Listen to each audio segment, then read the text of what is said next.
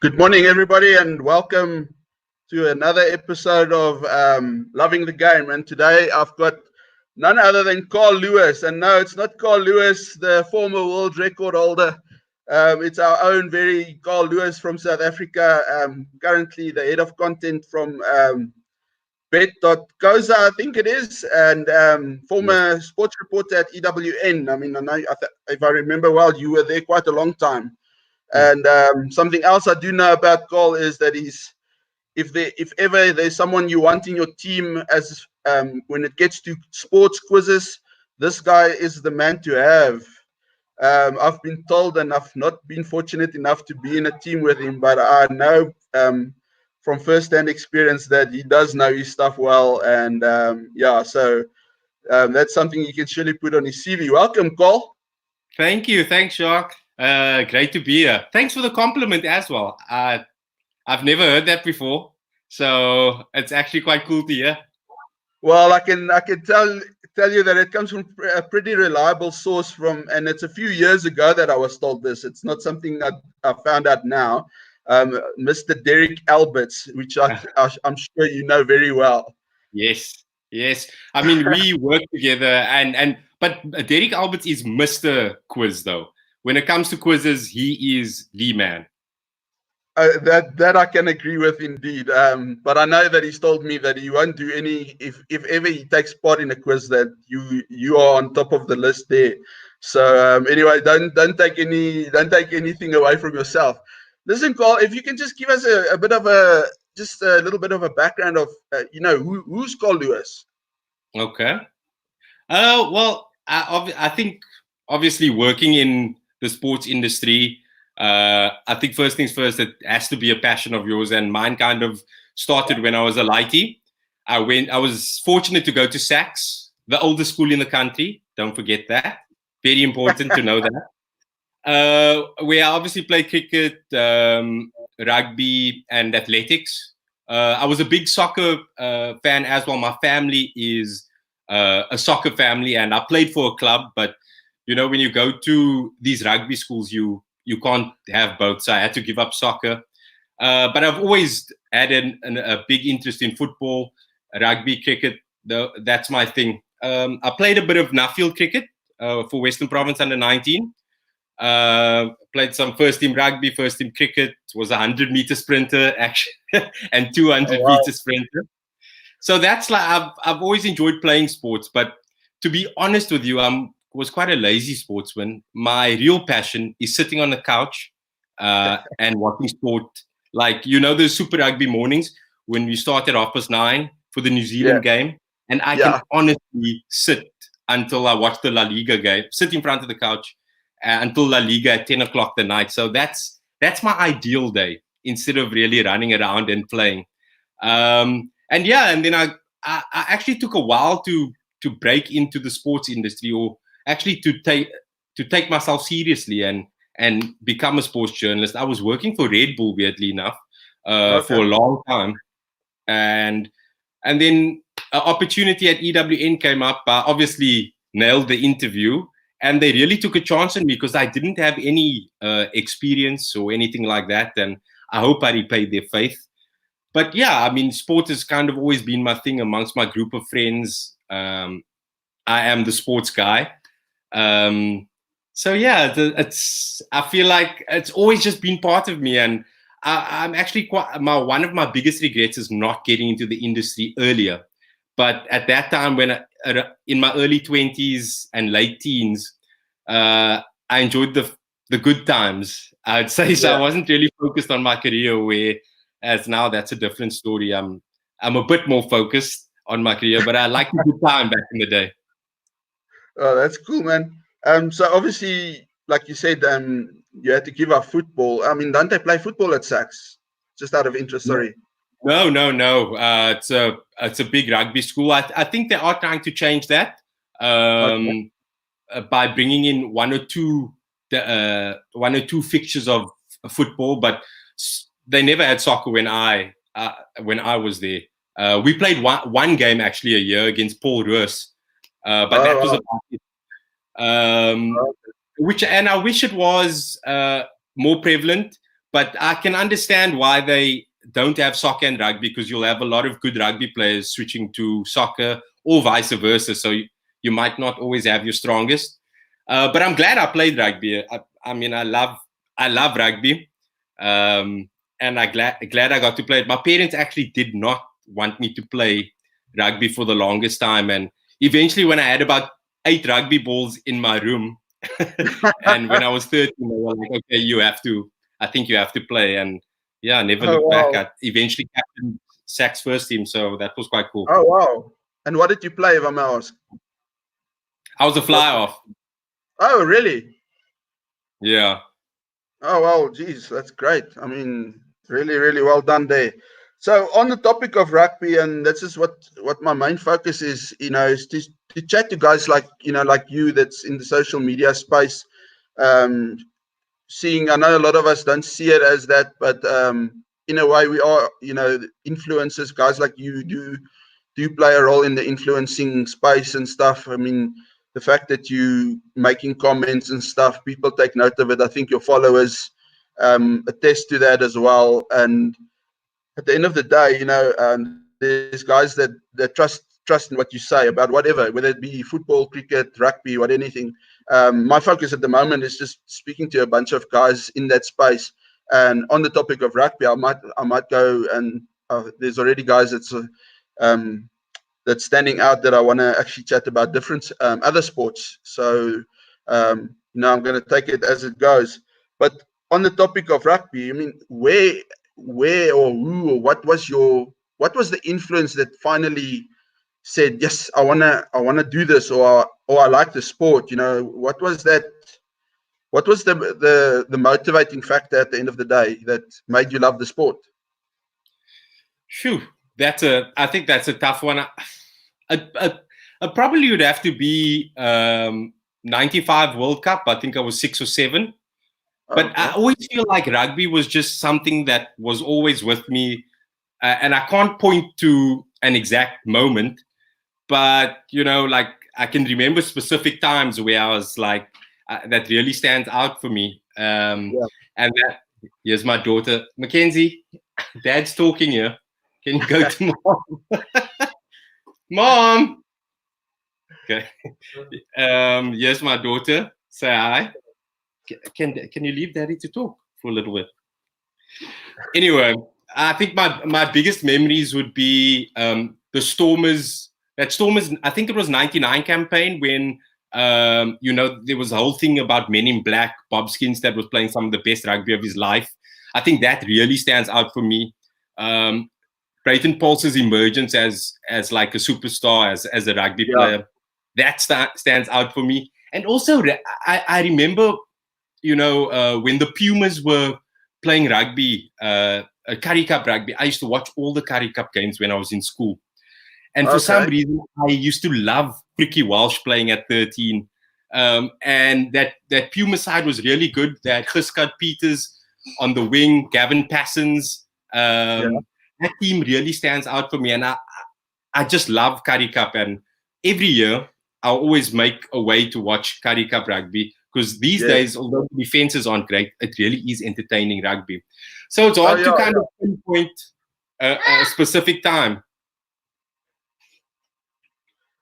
I mean, it's funny enough how the Currie Cup comes up in every chat that I've had so far. And I mean, it's not the same that it used to be, but I agree with what you just said there, that somehow the Currie Cup tends to just, thrill every year, if I can use that term almost. It's like it might start off a bit watered down, as some might say, but by the time we get to the semi-finals or final, whichever format the season determines, then I mean, everybody is again just like locked down. We're watching Currie Cup, so they can say what they want to about the Currie Cup. I think it will always be a big thing in South Africans' hearts. And I mean, we were chatting about it yesterday, saying that hopefully with this whole coronavirus and everything doing the rounds, that it might organize, Saru rethink stuff and, bring back the Currie Cup like it used to be.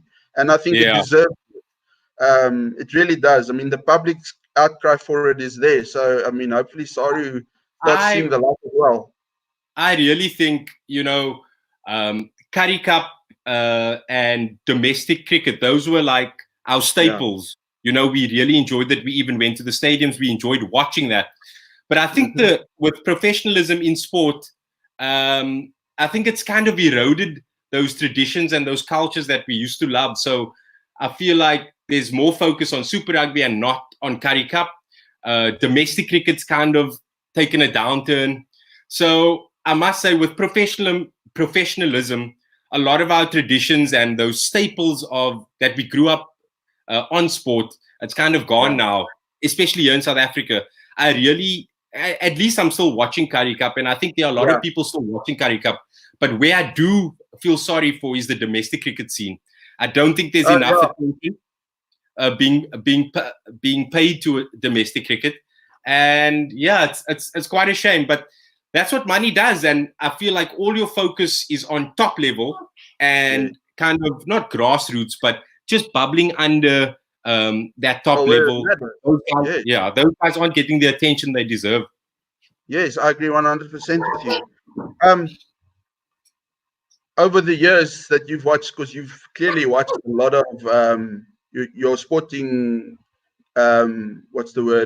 interest has been quite a long time from what I've, from just chatting to you now. So obviously you've been supporting rugby and sport in general for a very, very long time. In rugby terms, who has been your favorite player of all time? Whether I'm actually jumping the questions here, got a bit confused. Stick to that for now. I mean, who's your favorite player of all time? And do you have someone that's maybe your current favorite player? Shoo, very hard one. There's been a few, but I think the most consistent player I've always really liked is Duane Vermeulen. Like when he burst onto the scene at the Cheetahs, I thought he should have been a Springbok when he was at the Cheetahs. And I know Pierce Peace was in his way, and Pierce Peace was playing unbelievable rugby, and we always had good loose forwards. But I still feel Duane Vermeulen was deserving of a Springbok cap before he ever got one. And yes, he moved to the Stormers and Western Province, and things kind of, and that's when things started happening for him. But I remember he didn't only play number 8, he played 7 sometimes for the Cheetahs.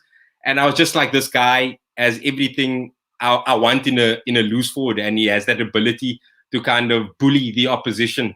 So I've always had a soft spot for him.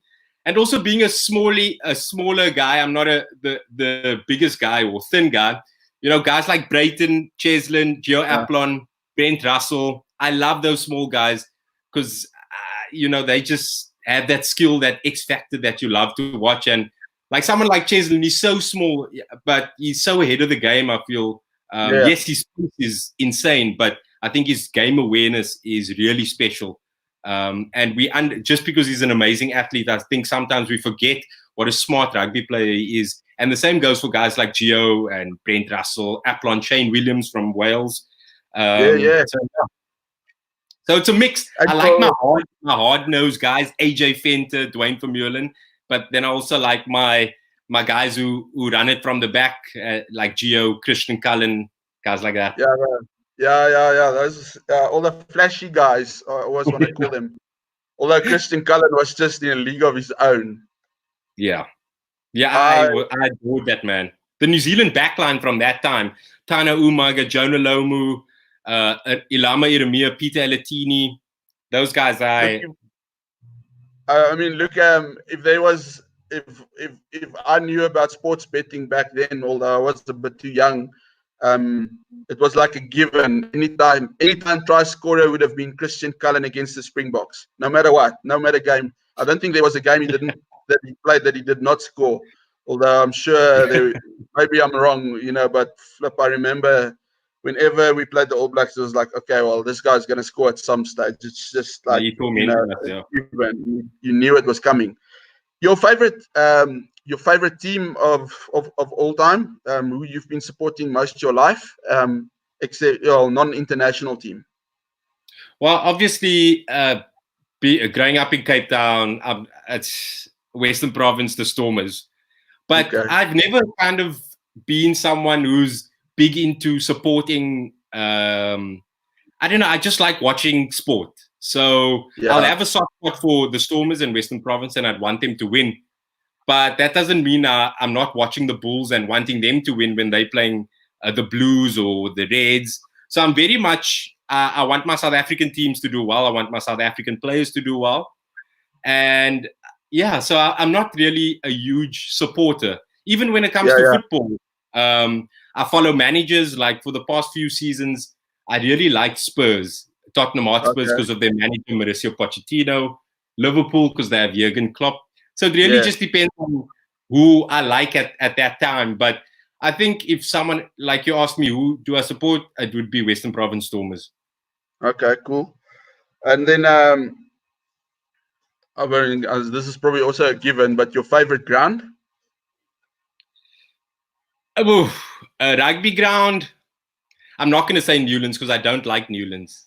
Oh, wow. Okay. It's Newlands is outdated, and yes, so much tradition, which is cool, but where professional rugby is heading and in terms of fan experiences, Newlands is very outdated. And I'm so happy that a deal has been struck for the Cape Town Stadium, because not only is the field beautiful, the stadium's beautiful, the acoustics of the stadium is spot on, the media center is great, and it's easy for fans to flow in and flow out. So I'd have to say Cape Town Stadium. It's really a beautiful stadium, and I would say that's. And I'm not sure if you've been to the Cape Town Sevens.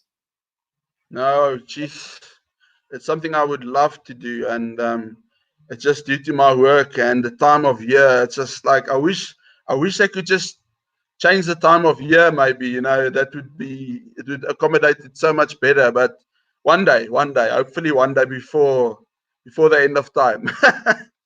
Well, yeah, I hope you do, because I think it's an amazing experience, and although it was built for football, you can understand why rugby works there. And yeah, I'm looking forward to seeing how this changes the dynamic of fans going to the stadium. I mean, Newlands always brings some of the better crowds in terms of in the South African context. However, and they'll always reach 15,000, for Super Rugby games. But I'm keen to see how a better stadium that's more accommodating to fans will work. And obviously, Cape Town, us fans, we are very fickle. If the Stormers are winning, we'll come to the stadium. If they're losing, it's under 10,000 people. Well, I think most of the South African team supporters are like that, especially in current times. And I must say, since I was a child, I always wanted to go to Newlands. And then I can't remember, I think it was 2015. I finally got the opportunity to go there. And I mean, it was a lifelong dream to go there, for just to go to the stadium for no other reason. I mean, I think it's pretty evident I'm a Bull supporter, so why would I want to go to Newlands? But because of, it's always, Newlands has been like the home of rugby for South Africans. And I just wanted to experience it. And then when I finally did get the opportunity, I must say the surroundings of Newlands made me kind of, this is not great. It's finding parking is difficult. I mean, we ended up parking at some school there, but it's not the ideal situation with it being in a suburban area, which is which is sort of similar to Loftus, but Loftus is not in the middle of houses. So I honestly believe that the Cape Town Stadium move is going to be great. And I mean, from seeing all the other events that they do host, whether it be football, I'm not so much talking about PSL and stuff, but I mean, there's been so many events at Cape Town Stadium which has proven to be an success. And I think the area in which it's situated adds to that, dynamic for people wanting to go out. So I'm looking forward to it. And I spoke to, I'm not sure if you know Gareth Jenkinson from East Coast Radio. I spoke to him yesterday, and he actually made a very good point when he mentioned also the thing that it's quite sad to think that the Stormers might have played the last game there already. We don't know. Depending on this whole situation we're stuck in at the moment, whether there's going to be another game at Newlands before it gets taken down. So in that Yeah. regard, it's quite sad. But I know we all know that the end is in sight anyway. So, but it would have been. I think the plans that they had to call it a day at Newlands is unfortunately kind of like on hold or non-existent now. So yeah, it's going to be sad. But yeah, I agree with you. I think Cape Town Stadium is a hell of a nice place, and I'd like to go there myself. I've only been on the outside. I've never been inside. Then just moving on. I mean, I've asked you about your favorite player. Do you collect any memorabilia stuff? Like, are you a collector of stuff or not really? Not really. I actually had to. I don't have any more space, but my one collection was of Sports Illustrated magazines, which I was collecting from the late, I'd say late 90s. So I'm quite sad about that I had to give it away because there was just no space. But I remember that time I would be so excited to receive my Sports Illustrated in the mailbox when, you know, magazines were still cool, and I thought their offering was brilliant. But that would probably be the one thing that I collected. I have a lot of, actually, my book collection, my sports book collection. I wish I could show you right now. That's quite significant, actually. I think I have close to 200 books now. So one day I always saw myself having this massive sports library. So yeah, books is more my thing, not really jerseys and that it's more books and autobiographies and sports books. That's kind of my thing. So are we gonna see any of those Twitter challenges doing the rounds at the moment from you? Unless I've missed it. I haven't taken part in any Twitter challenge, actually. I'm very lazy. Well, if you've got 200 books, you should maybe give the cricket one or the rugby one a go. I mean, I've seen some interesting teams being put out there. I mean, Mr. Alberts that we spoke of earlier was one of them that I see he's taking part in all of them, as always, because I'm sure you know he's also an avid reader. And it's actually very interesting seeing these challenges being put out, just to see the kind of books that are actually out there. I mean, there's some that I wasn't even aware of. So I mean, what's your most memorable moment from a rugby perspective? Whew, that's quite a good one, or tough one rather. I think 2007 was quite big for me.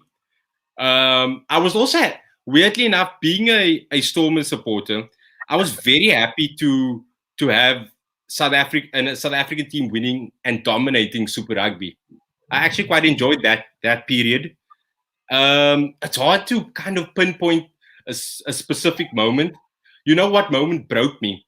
When this Mallet Springboks, when Will Greenwood scored that try and kind of ended our winning streak. I was actually gutted. I was about 13 then, but I was so invested in that team. Because Henry Honeyball, that's another one of my favorite players. I love Henry Honeyball. And I was actually reading Jake White's book, and he dedicated like 2 pages on Henry Honeyball, which I was glad to see. But that Springbok team, I was very invested in. I was heartbroken when we lost.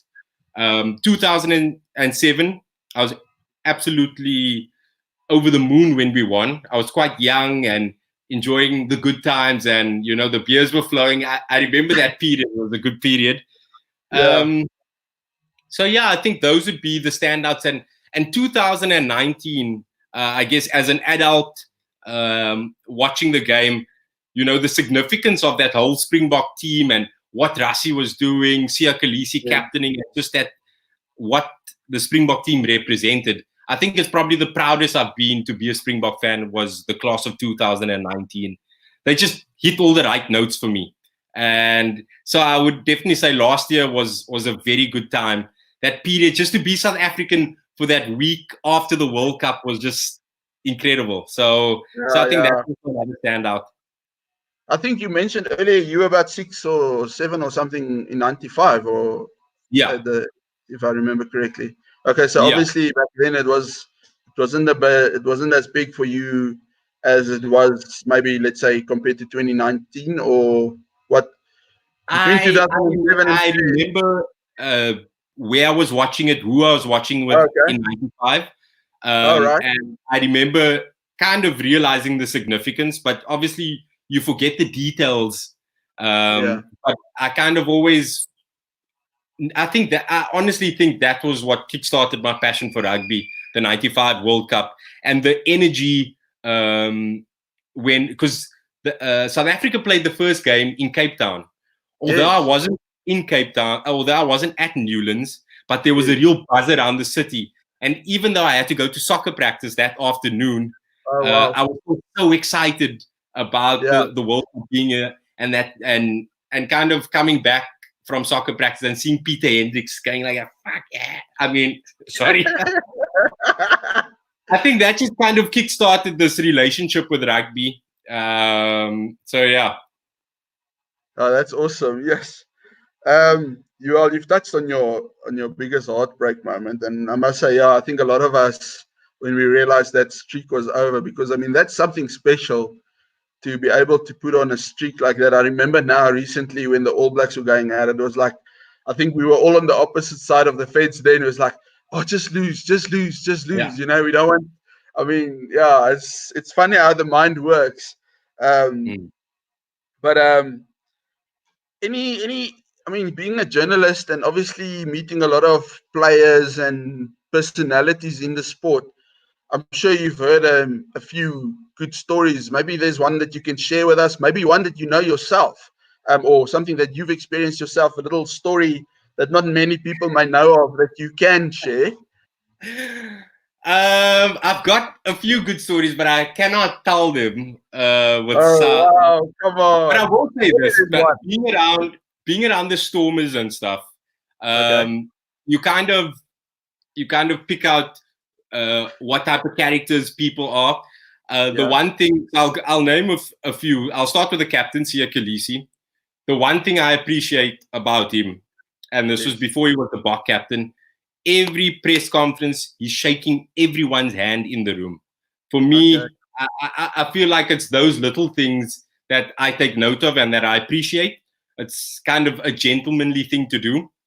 Yeah. And I mean, covering when I was at EWN, you cover a lot of sports, and rugby can be quite boring because people say the same things over and over. But I Yeah. will say I always enjoyed John Dobson. Uh, Dobson Mm. kind of spoke with clarity and honesty.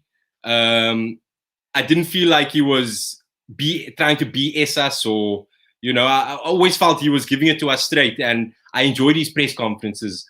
And actually, those are one of the things I miss about being a journalist, a reporter, is going to Dobbo's press conferences and PSL press conferences, because those are the best ones. PSL by far is the best press conferences. And then someone like Frans Malherbe, he's just like, he doesn't talk much and only Okay. speaks when kind of spoken to. But you can just see there's a very dry-witted individual there and very funny guy. And I think a lot of Oh, really?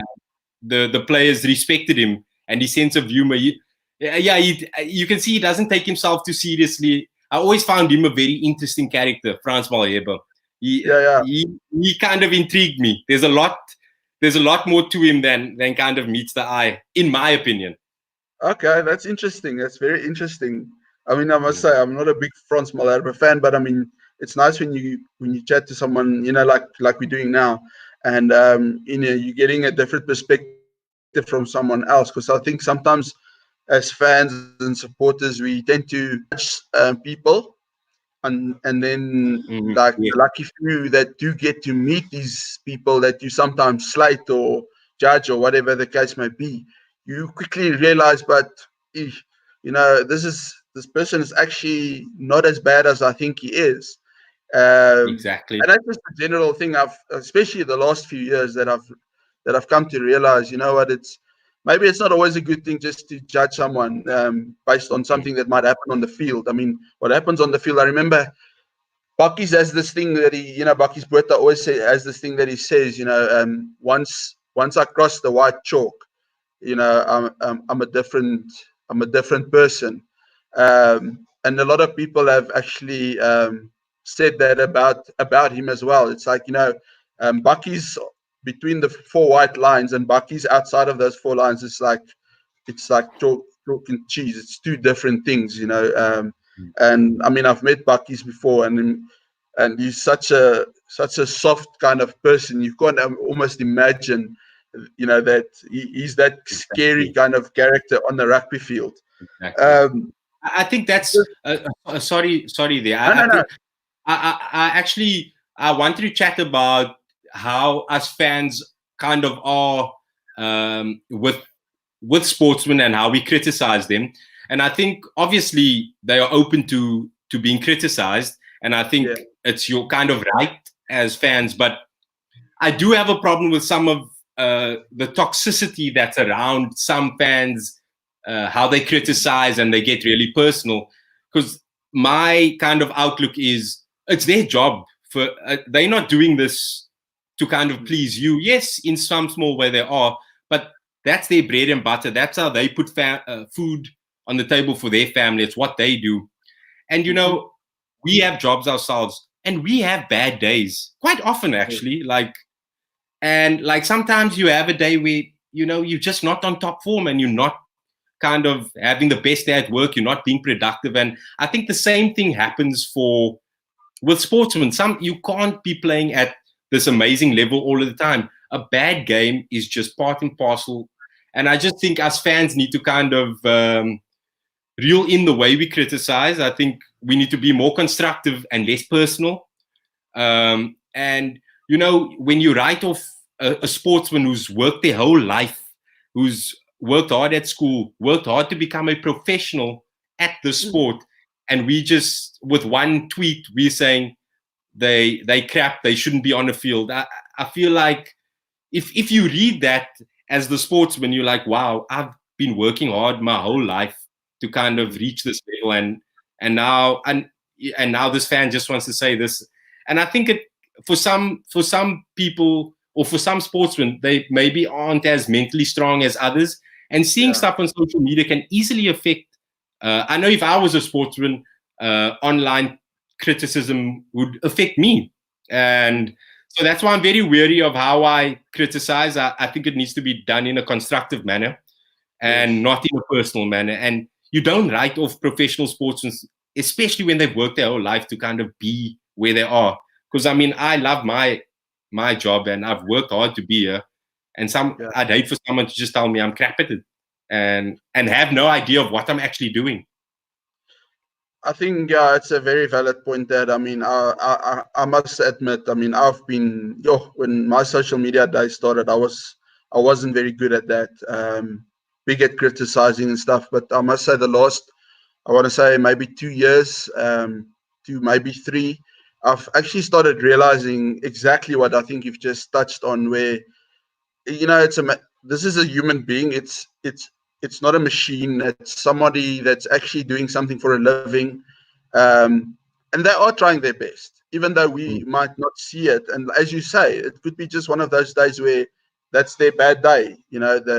Their bad day at the office, which is normal. I mean, I just think and I don't want to say it's just a South African thing. I think in New Zealand, it's probably even worse from what I've heard.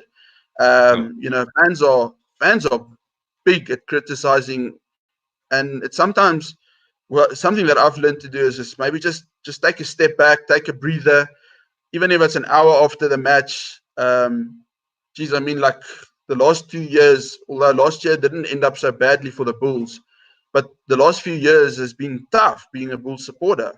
Coming from where we are, I mean, you don't win 3 Super Rugby titles and you slump to the depths of nowhere where we kind of are at the moment, and just accept it. So something, when there's games where it's been really a tough pill to swallow, I've kind of like, okay, you know what, just leave it, do something else for now and come back in an hour, because whatever comments are on Twitter will stay there, and reflect on them. Because I mean, I like chirping. I like chirping and getting the blood boiling and stuff like that. I don't do it on purposely, but I do it. And So when the backlash comes, you got to face the music, and I think that's where I've learned that if you wanna give it, you need to receive it as well.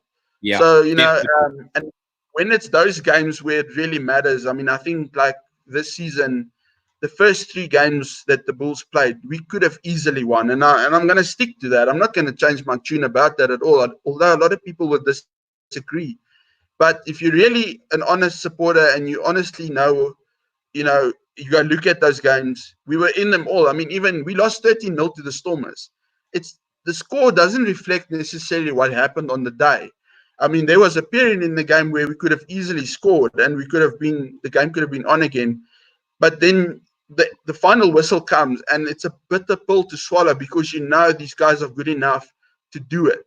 But yet they didn't do it. And now you got to face the music. Yeah, From the other fans that you normally give them stick. So yeah, and in that way, I've tried to kind of take it in that way as like, well, that's me now getting stick as a player, for instance, where for what I did in the past, and yeah, that's why I've learned to have a bit more empathy nowadays, and actually, guys, because they are trying their best, and when you start getting to know some of these oaks as well, then you realize there's no player out there that would intentionally be playing bad on the day, So you got to exactly. try and look at it from a different perspective. What could have been the reason? Is something wrong? Whatever. And so I must say I've tried my best not to criticize And directly, because I think that's the other point, yeah, is when you start getting personal, that is completely yeah. wrong. And I think the perfect example would probably be Faf de Klerk at the World Cup. Yeah. People were complaining that his box kicks.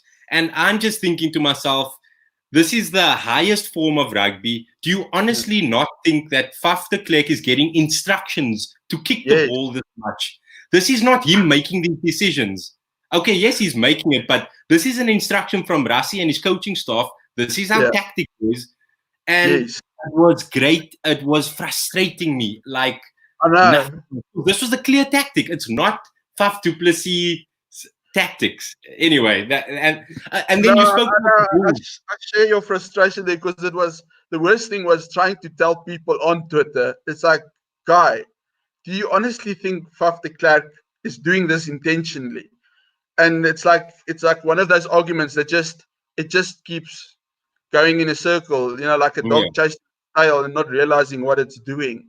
You eventually just give up, and then when the final came around, and then suddenly everybody's like, "Oh, you can Now actually he's a play." hero. It's like, okay, really? But anyway, yeah, it's just, I mean, you've met quite a lot of sports personalities in your journalistic career. I'm sure you'll still meet quite a few, because I'm not sure what you're doing, what your job entails now. But just looking back at what you used to do, you obviously got to meet a lot of sports Mm. personalities, whether it be rugby, cricket, football. I'm sure I mean, because you were involved throughout the spectrum. But if there was one, I mean, and I'm going to make this one open. It doesn't have to be rugby related, because of the fact that you've met so many people and you've moved in those different sporting codes. But if there was one question you could ask one specific sportsman, who would that be, and what would that question be? Sure. That's a good one. Okay. I've actually been thinking about this a lot. Well, I've been thinking of this idea a lot. There was Bafana, our first World Cup in '98 France. We kind of changed coaches, and then we went to Philippe Troussier, this Frenchman, and some of the Bafana players at that time did not like him. Yeah. So, and some nonsense went on there with the coach. So I'd love to go to some of the players, Benny McCarthy, Bartlett, or whoever, and ask them what was going on and what do you think of Philippe Troussier? And then our 2002 World Cup, Soccer World Cup, we also changed coaches where Carlos Queiroz, he qualified us and then he resigned. And I've heard a lot of murmurings of what was going on in the background. So I'd love to ask a few ex-Bafana footballers, why was there always drama on the eve of a World Cup? We were always changing coaches. And I feel like there's a lot of good stories to tell.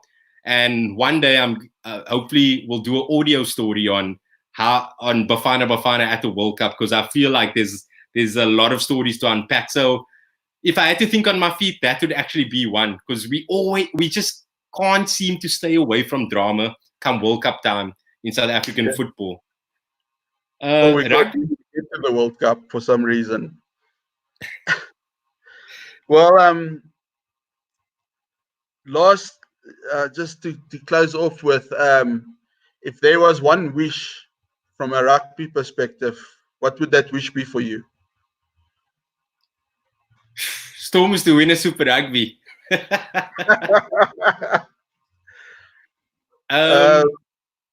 Besides that, I would like Ninabe to be a success. And the reason why is because he's perhaps not your traditional rugby coach. The channels he's kind of come through, I know he's big into conditioning and things like that. So I would like for him to be a success. That would be a rugby wish, because I feel like that will kind of inspire other players or other potential coaches to become coaches. Like I hate this thinking that you have to be an ex-pro to become a professional coach. I feel like coaching, there's so much more to coaching these days that that anyone can really be it if you know the game and you can manage people well. So I'd like us I'd like the blanket to be much wider, or the net rather to be cast much wider when we're thinking about potential coaches. So we're not just thinking, hey, he was an ex-player, he definitely would be a good coach. I think we need to be thinking a bit differently about the type of people we're employing in important coaching roles in South Africa. I like that, and I do agree with you. Geez, it would be sad if it flops, if I could almost call it that. Although I must say, I think the structures that Rassi's put in place and the fact that he is still involved is going to help Jacques a lot. Although I think Jacques knows Rassi so well that it's not really going to. It's not really going to matter, but I think one of the big things that I know a lot of people have said is it's going to be interesting to see whether Jacques can make at least something of his own, make a statement on his own as well. What it's going to be is going to be difficult, because I mean, him and Rassi come such a long way. I'm sure they just think the same way anyway. So is Jacques going to be able to leave a mark of his own? Hopefully it's not one of those Carl du Plessis kind of marks where it's like, biggest mistake we've ever made. I'm sure it's going to be a positive one, but yeah, only time will tell. And unfortunately, now with everything that's going on, now shame the poor guy's got to. Who knows how long it's going to wait? Because I'm seeing rumors that the June-July test series is going to be called off completely. So only time will tell. I mean, let's see. Hopefully, a miracle happens. It's going to be very tight. But the reason why I'm very sad about the kind of July test, because we were due to play Scotland and Georgia, and I feel like it was the perfect opportunity to give guys like Apelele Fassi a go, Yaku Kutsia. There's so many youngsters that are like making an impact at Super Rugby level, and that deserve maybe a look in with the box. And I thought that was the kind of the perfect time to blood this new generation, Tyron Green, guys like that. And there's a whole lot more. But I think the youngsters, I think at the moment, because of that Rugby World Cup win, South African rugby is very healthy. And I feel like there's a very positive sentiment from fans. We're all kind of excited. So, I'm very bleak. It was a chance to see maybe some new blood. And now we've got to wait so much longer before we can see the box again. I mean, geez, it's like when the rugby season normally ends and then you got to wait like 3-4 months before it starts again. And now it's almost like, the box is a season on its own. We won the World Cup. when can we see them again? Everybody's just excited. And now it's like, no, come on, guys. Now it's being delayed even longer. No. I mean, at worst, imagine we're only seeing the box in November. Geez, that's not cool at all. But Not at the end of the day, I think as many sportsmen and people have mentioned already, at the end of the day, it's about being safe. We shouldn't be doing stuff just because we're bored at home or whatever the case may be. It needs to be about safety first and making sure that the world comes off, better than what it was, hopefully. Yeah. I'm sure that we're going to see a lot of good come out of this whole pandemic. Besides the bad that we know is going to come of it, I think there's going to be a lot of good from so many different perspectives, not just from a sporting perspective, but just the world in general. Hopefully, we're going to be a better place, and the world's going to start understanding each other better. We're going to have a bit more respect towards each other, and really hope it's a wake-up call. I hope it's a wake-up call. That's my biggest wish from this pandemic. Yeah. Anyway, Carl, I mean, geez, thanks, man. I hope I've given you some sanity in this lockdown time. So definitely needed. It's nice to chat to someone about sport. Definitely needed.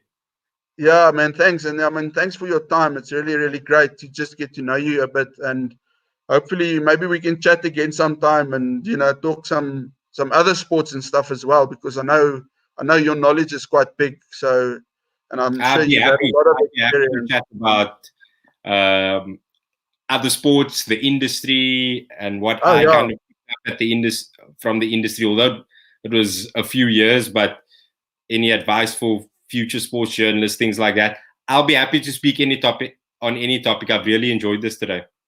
No, thank you so much. I mean, your time is much appreciated, and we'll definitely keep in touch. Anyway, guys, I mean, thanks for watching. We'll be going on Monday again. We've got a new face coming up. So please keep an eye on Twitter. As you can see, Cole's Twitter handle, Cole_LuaZA. Follow him and keep in touch with what he does, and be informed about everything he does, and what he's into and all that stuff. And you can also follow us. Unfortunately, for those that don't know yet, our Twitter account was closed down by Twitter about 2 weeks ago, so I've had to start from scratch. Just lost about 7,300 people, which isn't great. But yeah, what doesn't kill us makes us stronger, they say. So please give us a follow on Yellow Cap Sports. And please, Carl, if there's any other platform you'd like people to follow you on. Not Instagram's more a personal thing, but you can follow me on Instagram. It's the same handle. But yeah, I really do enjoy Twitter. That's like kind of my favorite social media platform. I feel like it's the best to engage in, and you actually learn a lot. I think from Twitter, just because you worked as a journalist does not mean you're the expert on the sport. I think fans who are passionate about a team or a sport, you can actually learn so much. So that's what I appreciate about Twitter. I do actually, just out of interest, we're closing off, but just out of interest, because of my work, and sometimes I've got 2 kids as well. So, just to keep sanity in the house when sports normally are not, I actually watch more sport on Twitter, in the sense of following, all the guys that tweet about what's going on in the games and stuff, and then mainly watching the games that I obviously have a bigger interest in, that I do watch on TV. But other than that, I normally just follow everything on Twitter. And like you say, you learn a hell of a lot from that. I mean, just in what I do at work, if I have to count the many times that it's helped me in remembering that I read something on Twitter of something that had happened. And it's amazing. Twitter is a very powerful form. Anyway, Cole, thanks once again. It was nice chatting to you, and we'll keep in touch, definitely. Thanks once again, and please keep safe and wash those hands, as they would say. Thank you. Thanks so much. Thanks, Ciao. Cole.